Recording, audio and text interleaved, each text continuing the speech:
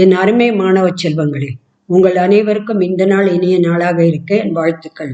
இந்த நாள் மட்டுமல்ல, இனி உங்கள் வாழ்நாளில் வரும் எல்லா நாட்களுமே இனிய நாட்களாக இருக்க வேண்டும் என்று மனமாற நான் விரும்பியதால் வரப்பெறுக என்ற இந்த யூடியூப் சேனலை ஆரம்பித்து உங்களுடன் 2வது முறையாக இன்று பேசுகிறேன். இன்று நான் உங்களுடன் பேச இருப்பது 2 முக்கியமான விஷயம். ஒன்று, உங்களுக்குள்ளேயே இருந்து கொண்டு உங்கள் முன்னேற்றத்தை தடுக்க விடாமல் இருக்கும் 2 எதிரிகள். ஒன்று தேவையற்ற தூக்கம், 2 சோம்பேறித்தனம். இந்த தேவைக்கு மேல் தூங்குவதால் ஒரு நாளைக்கு ஒரு மனிதனுக்கு 8 மணி நேர தூக்கம் போதும். ஒரு நாளில் 24 மணி நேரத்தில் 8 மணி நேரம் என்பது 1/3 பங்காக ஆகிவிடுகிறது. ஒரு மனிதன் 6வது வருடங்கள் இந்த உலகில் வாழ்கிறான் என்று வைத்துக் கொள்வோம். இந்த 6வது வருடத்தில் அவன் 20 மணி நேரத்தை தூக்கத்திலேயே கழிக்கிறான். குழந்தை பிறந்து 5 வயதாகும் வரை அதற்கு அதிக தூக்கம் தேவை. ஆகையால் அதிகம் தூங்குவதே நாம் இன்னும் 2 வருடங்கள் சேர்த்து 20 வருடத்தில் 22 வருடங்கள் என்று வைத்துக் கொண்டால் மீதி உங்களுக்கு 38 வருடங்களே உங்களுக்கு இந்த உலகில் வாழ கிடைக்கிறது. இந்த 38 வருடங்களிலும் காலை கடன்களை கழிப்பது, உணவு உண்பது போன்றவற்றிற்கு போக மீதி நீங்களே யோசித்து பாருங்கள், உங்களுக்கு எத்தனை வருடங்கள் வாழ்நாள் கிடைக்கின்றன என்று. இது போன்ற இந்த வாழ்நாளை நீங்கள் எப்படி வீணடிக்கலாம்? இந்த குறுகிய வாழ்நாளில் உங்களுக்கு கற்றுக்கொள்ள வேண்டியது மிகவுமே அதிகமாக இருக்கிறது. கற்றுக்கொள்ளலாம், வெளியில் சென்று பல இடங்களை ரசிக்கலாம், நல்ல புத்தகங்களை படிக்கலாம். நீங்களே பாருங்கள், காலையில் சேவல் 4:30 இல்லை 5 மணிக்கு சரியாக அந்த நேரத்தில் கூவிவிடும்.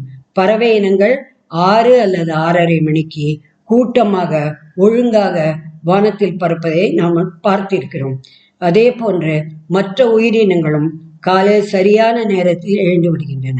இந்த அனைத்து உயிரினங்களுக்கும் உணவு தேடுவதை தவிர்த்து வேறு ஒரு வேலையும் கிடையாது.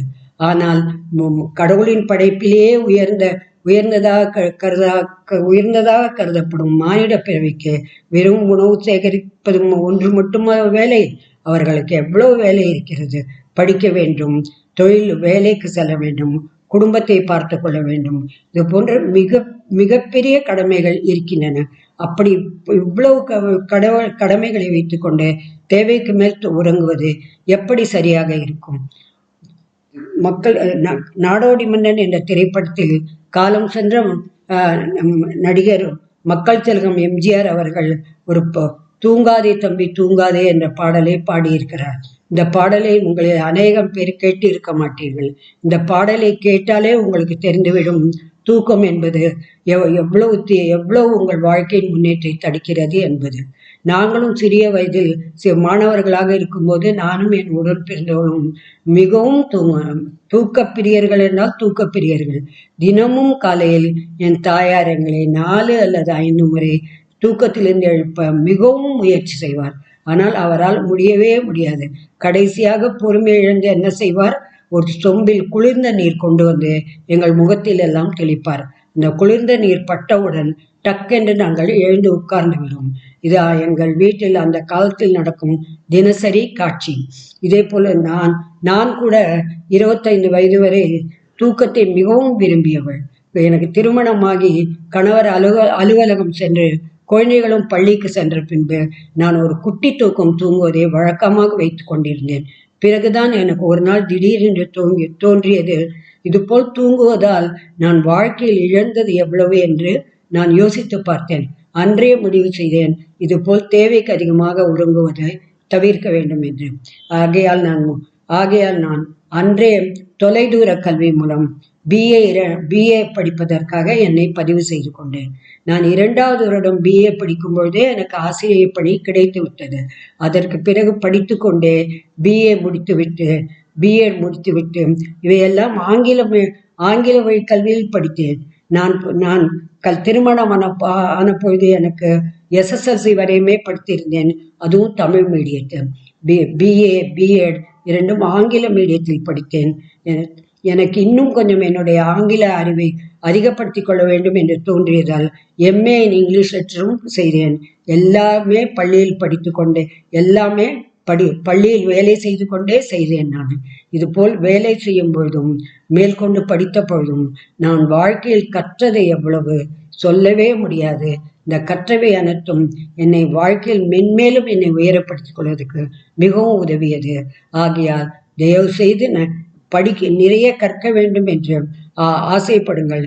தூக்கத்தை தவிர்த்து விடுங்கள். அதே போல அடுத்து உங்களை கெடுப்பது சோம்பேறித்தனம். இந்த சோம்பேறித்தனமும் நானும்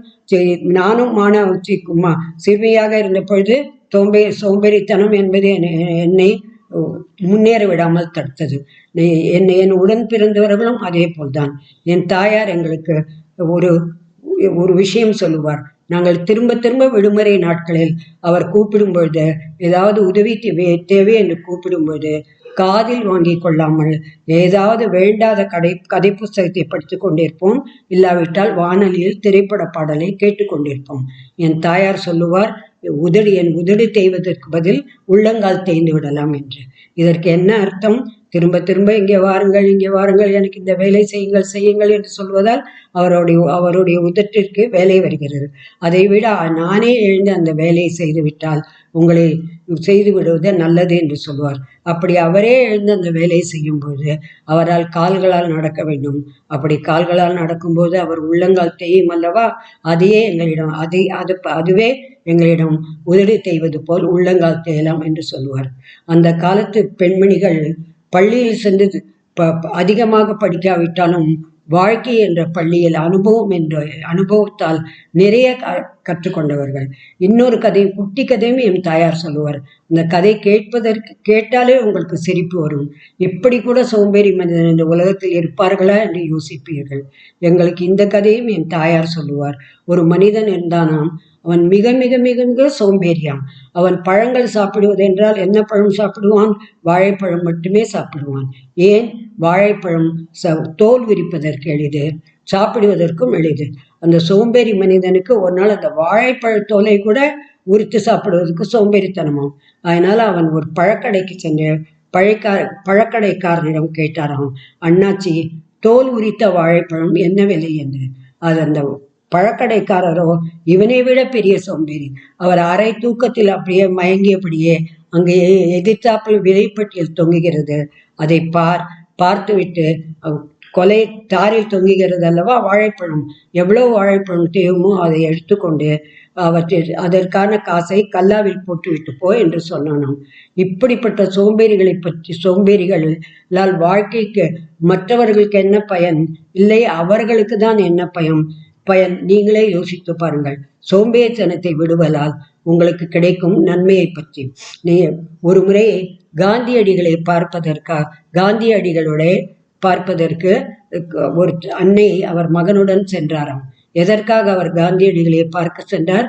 ஏனென்றால் அவர் மகன் தேவைக்கு அதிகமாக இனிப்பு அப்பொழுது சாப்பிட்டு கொண்டிருந்தாராம். அந்த தாயார் காந்தியடிகளிடம் சொன்னாராம், அண்ணலே, என் மகன் மிக அதிகமாகவே இனிப்பு சாப்பிடுகிறான், தயவு செய்து அவனுக்கு அறிவுரை கூறுங்கள். இது போல் இனிப்பு சாப்பிடுவது உடல் நலத்துக்கு நல்லது அல்ல என்று.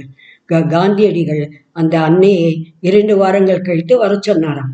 2 வாரங்கள் கழித்து அந்த அன்னை மறுபடியும் காந்தியடிகளிடம் அந்த சிறுவனை அழைத்து சென்றாராம். காந்தியடிகள் அந்த சிறுவனை அருகில் கூப்பிட்டு அன்புடன் அவனுக்கு விளக்கினாராம் இனிப்பு சாப்பிடுவதால் ஏற்படும் தீமைகள் பற்றி. அந்த தாய் அண்ணலிடம் கேட்டாராம், அண்ணலே, இன்று நீங்கள் சொன்னதை 2 வாரங்களுக்கு முன்பே இவனுக்கு சொல்லி இருக்கலாமே என்று. அப்பொழுது காந்தியடிகள் சொன்னாராம், அம்மணி, அப்பொழுது நானும் அதிகமாக இனிப்பு சாப்பிட்டு கொண்டிருந்தேன். நீங்கள் சொன்ன பிறகுதான் எனக்கே புரிந்தது இனிப்பு சாப்பிடுவது தவறு என்று. ஆகையால் இந்த 2 வாரத்தில் நான் படிப்படியாக இனிப்பு சாப்பிடுவதை குறைத்து கொண்டேன். இன்றுதான் நான் உங்கள் மகனுக்கு அறிவுரை சொல்ல தகுதியானவனாக இருக்கிறேன் என்று சொன்னாராம். அதே போல நானும் 25 வயதில் என்னுடைய தூக்கம், சோம்பேறித்தனம் என்ற 2 எதிரிகளை வென்று வாழ்க்கையில் படித்து ஆசிரியராக வேலை பார்த்து என்னை முழுக்க முழுக்க உங்களுக்கு இந்த புத்திமதியை சொல்வதற்கு தகுதியாக்கி கொண்ட பிறகே நான் உங்களுக்கு இதை சொல்கிறேன். நான் 25 வயதில் வேலை எனக்கு கிடைத்தது போல் உங்களுக்கு கிடைக்கும். நீங்கள் 15 வயதிலேயே இந்த 2 பழக்கங்களை வென்றால் வாழ்க்கையில் எவ்வளவு முன்னேறலாம். மேலும் அப்பொழுது அதிகமாக போட்டி இல்லாதால் எனக்கு ஆசிரிய வேலை சுலபமாக கிடைத்தது. ஆனால் இன்று போட்டி மிக அதிகமாக இருப்பதால் நீங்கள் இந்த இளம் வயதிலேயே தூக்கம், சோம்பேறித்தனம், தேவைக்கு அதிகமான தூக்கம், சோம்பேறித்தனம் என்ற 2 எதிரிகளை வென்றீர்களானால் உங்கள் வாழ்க்கையை முன்னேற்றத்தை யாராலும் தடை செய்ய முடியாது. முடிக்கும் முன்பு வழக்கம் போல் ஒரு வேண்டுகோள், தயவு செய்து தண்ணீர், மின்சாரம், பணம், நேரம் இவற்றை வீணடிக்காதீர்கள். என்னுடைய இந்த இரண்டாவது வீடியோவும் உங்களுக்கு பிடித்திருந்தால் தயவு செய்து சப்ஸ்கிரைப் பண்ணுங்கள், லைக் பண்ணுங்கள், கமெண்ட் பண்ணுங்கள், ஷேர் பண்ணுங்கள். நன்றி. அடுத்த முறை சந்திப்போம்.